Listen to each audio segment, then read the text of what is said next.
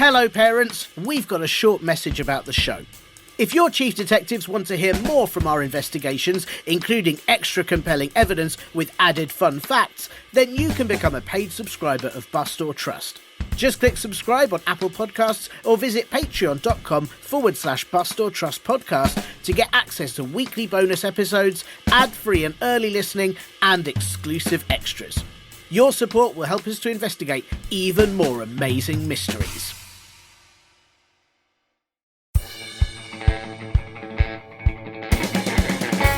Can you unravel the world's greatest mysteries? Can you explain the unexplained and find the pieces to the most puzzling cases?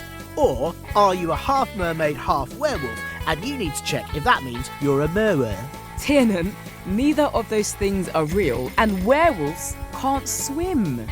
Can't they? Are you a mythbuster? Or a myth truster? I'm Tiernan. And I'm Athena. Welcome to Bust or Trust, a kids mystery podcast. And we are the Busters or Trusters. We will be looking into some very strange stories from around the world, and no mystery is too big for us. Monsters, ghosts, and all kinds of unusual sightings. You know, like that time you saw your teacher at the zoo. Yeah, that was weird. I thought teachers would belong in a zoo.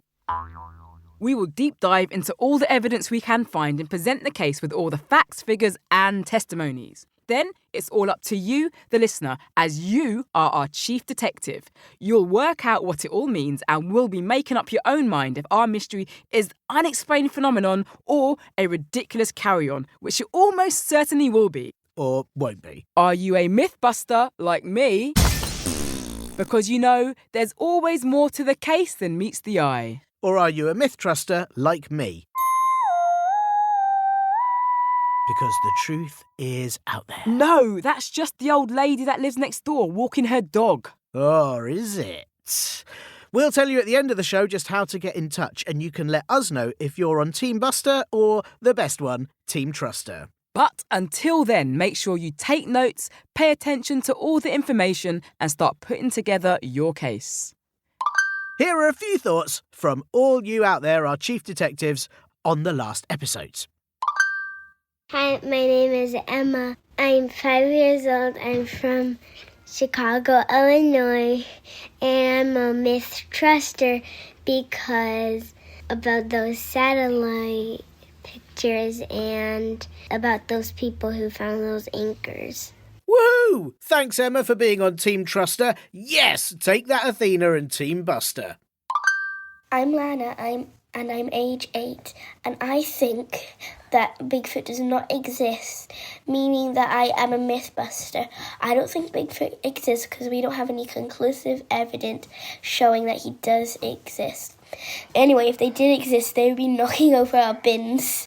OK, Lana, fine. You join Team Buster, but we'll see who looks silly when we find out Bigfoot does exist and is just very aware of what day bin day is. Hi, my name's Noah. I'm 6. I'm from Hull. I'm on Team Truster because round objects in the sky usually mean flying saucers. Top work, Noah, and thank you for being on Team Truster for the Warminster thing. You are totally right. Round things in the sky are definitely UFOs. And I'll tell you what, the other evening I saw a very big round light in the sky. It was huge. Like, everyone would have been able to see it. But they didn't seem bothered, and they just kept saying, "Shh, Tiernan, that's the moon, stop it." It's really weird.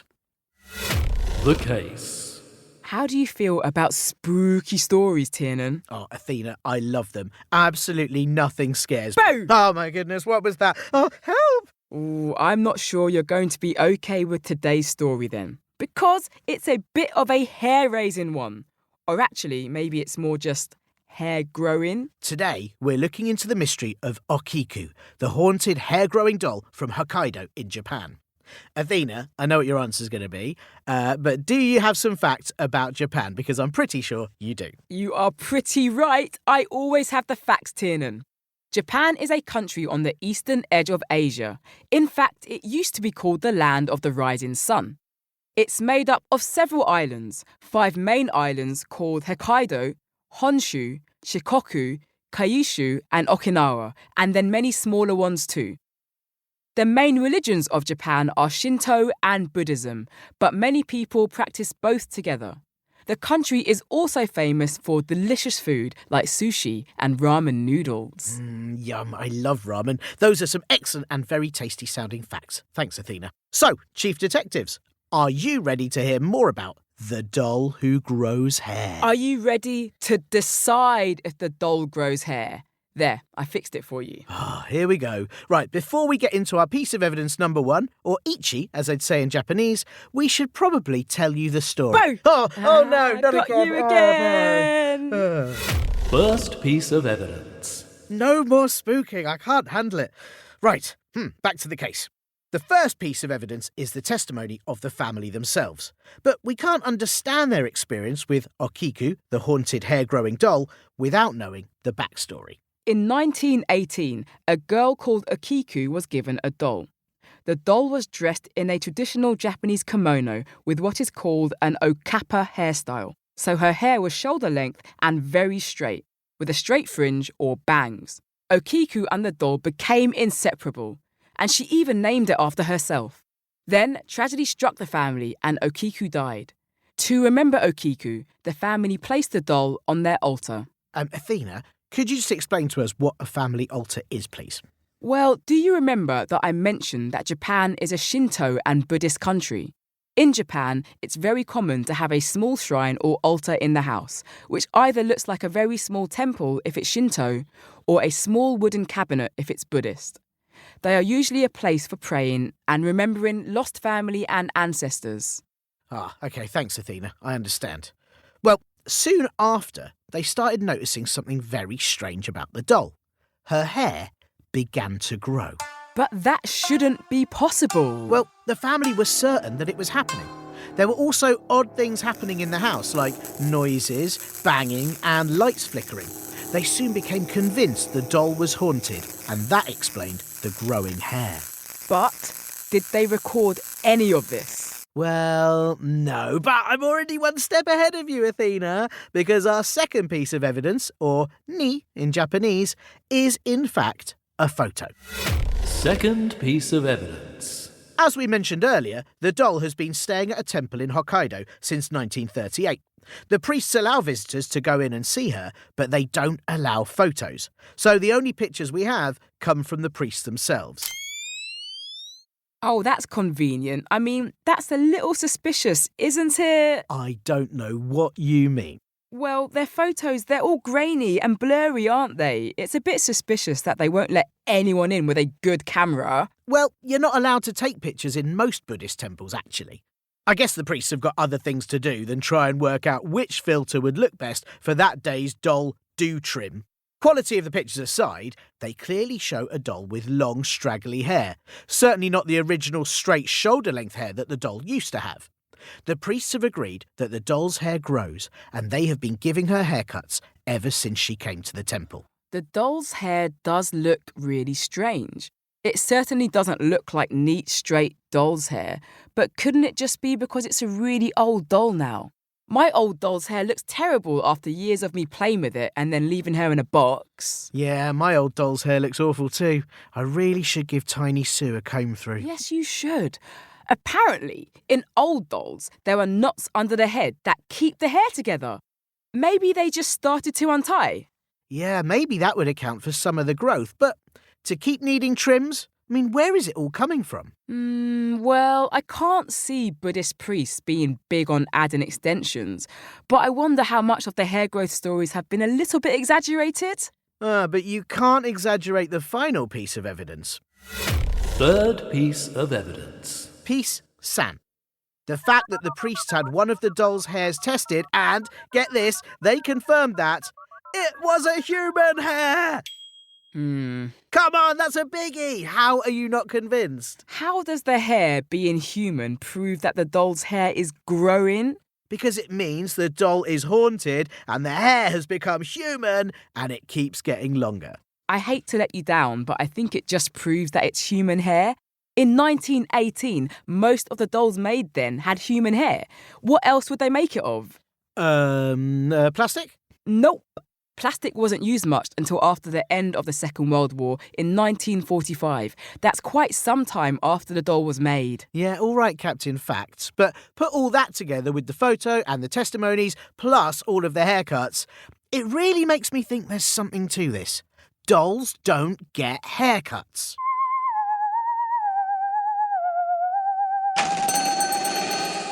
Hello there, little miss. Come in, come in. Hey, I'm Mindy. I would like a haircut. Oh, what do you fancy, love? Short back and sides, just a bit off the top. Something completely different for you. Let's play. I like to sing. Oh, me too. But you know, a lot of the customers complain when I do. Hop up on the chair for me, would you?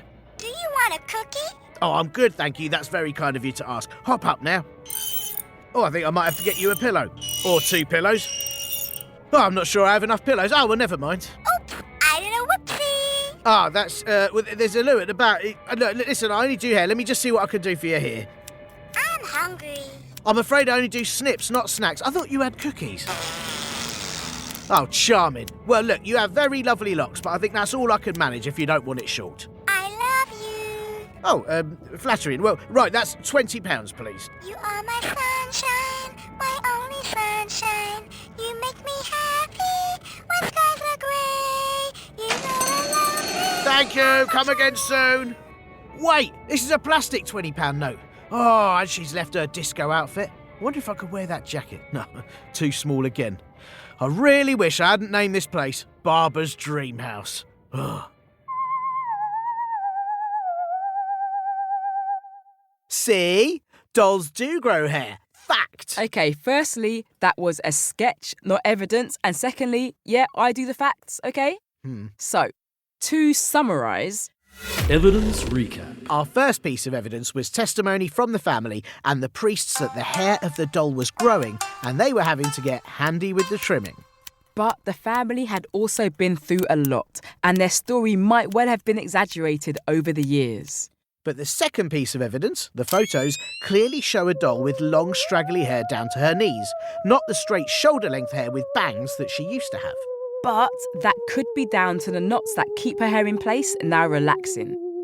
Everyone deserves to relax sometimes, right? The final piece of evidence gives weight to everything we've heard before, and that's the fact that the hair was proven to be human hair. But a lot of dolls back then were made with human hair, so it might have always been the case for the doll. So, now we're handing it over to you, Chief Detectives. What do you think? Is this case as fake as a plastic doll? Or do you think Okiku's hair is really growing? Are you a hair-growing doll buster? Or a hair-growing doll truster? We want to hear from you and what you think and whose side you're on, even though it's definitely mine, right? Send us your voice notes with an explanation of why you're a myth buster or myth truster when it comes to the haunted hair-growing doll. All you have to do is ask your grown-ups to help email us your voice notes to hello@bustortrust.com. Tell us your name, age, what you think all the evidence means, and please make sure your grown-ups give us permission to use your voice notes in our next episode. As much as we'd like to, we won't be able to use all of them. We can't find out the truth without your help. And most importantly, who's right? Me, definitely me, or Athena? It's definitely me. Thanks for listening. We'll see you next time for more Bust or Trust. Well, that case was spooky. But you know what, Tiernan? What, Athena?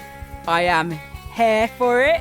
Get it? Here for it, here for it. Yeah, that's very good. Well done. Don't get jealous of my jokes. I don't get it. Because I'm hilarious. No, I don't. Sorry, they're just brushing right over me.